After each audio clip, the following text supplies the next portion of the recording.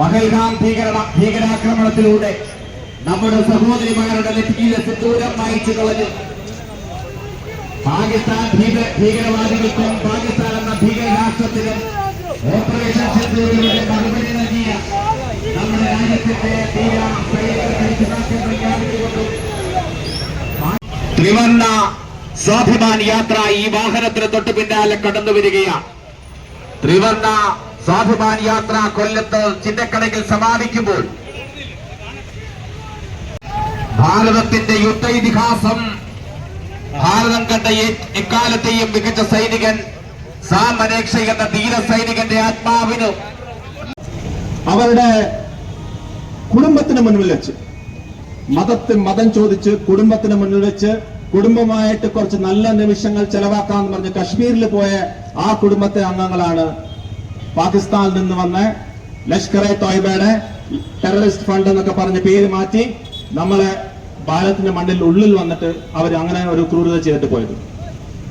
പ്രാവശ്യം നന്നായിട്ട് അറിയാമായിരുന്നു. ഇതിനു മുൻപും ഊരിയും പുൽവാമയും നടന്നപ്പോൾ നമ്മൾ തിരിച്ചടി കൊടുത്തു. പക്ഷേ പെഹൽഗാം ഞാൻ പറഞ്ഞതുപോലെ നമ്മുടെ ആത്മാവിന്റെ ഏറ്റവും ഒരു പ്രഹരമാണ്. കാരണം രണ്ടാണ്. ഒന്ന്, ഭാരതത്തെ പോലുള്ള ഒരു രാജ്യത്തില് മതം ചോദിച്ച് നമ്മുടെ സഹോദരന്മാരെ അവരില്ലാതാക്കി. അതിലൂടെ ഭാരതത്തിനുള്ളിൽ മതങ്ങൾ തമ്മിലടിക്കണം എന്നുള്ള ചിന്തയും അവരുടെ ഉണ്ടായിരുന്നു. ഭാരതം സ്ട്രൈക്ക് ചെയ്യും എന്ന് നന്നായിട്ട് അറിയാമായിരുന്നു. 22 ഏപ്രിൽ കഴിഞ്ഞ് അതിന്റെ തൊട്ടടുത്ത ദിവസം തന്നെ നമ്മുടെ പ്രധാനമന്ത്രി ശ്രീ നരേന്ദ്രമോദിജി കൃത്യമായിട്ടുള്ള ഒരു മെസ്സേജ് നമുക്കും ലോകത്തും തന്നിരുന്നു.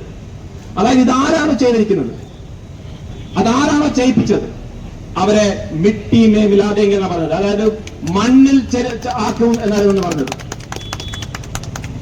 അപ്പൊ പാകിസ്ഥാൻ അറിയാമായിരുന്നു അടി കിട്ടുമെന്ന്. 15 ദിവസം നമ്മൾ കാത്തു. നമ്മുടെ ഭാരതത്തിൽ ഒരു രീതിയിലും ഒരു യുദ്ധഭീതിയൊന്നും ആരും അറിഞ്ഞില്ല. ഇവിടെ യുദ്ധം നടക്കാൻ പോകുന്നു, അല്ലെ യുദ്ധ സമാനമായിട്ടുള്ള എന്തെങ്കിലും നടക്കാൻ പോകുന്നു ആരും അറിഞ്ഞില്ല. സൈനികത്തിന്റെ മൂവ്മെന്റ് ഒന്നും നിങ്ങൾ ആരും കണ്ടില്ല. ലോകരാജ്യങ്ങൾ കണ്ടില്ല, പാകിസ്ഥാൻ കണ്ടില്ല. പക്ഷേ 7 മെയ് 1:05 ഇവിടുന്ന് റഫാൽ യുദ്ധവിമാനവും ബ്രഹ്മോസ് മിസൈലുകളും നേരെ ചെന്ന് പാകിസ്ഥാന്റെ നെഞ്ചത്താണ് കൊണ്ടത്. ഒരിക്കലും അവർ വിചാരിച്ചു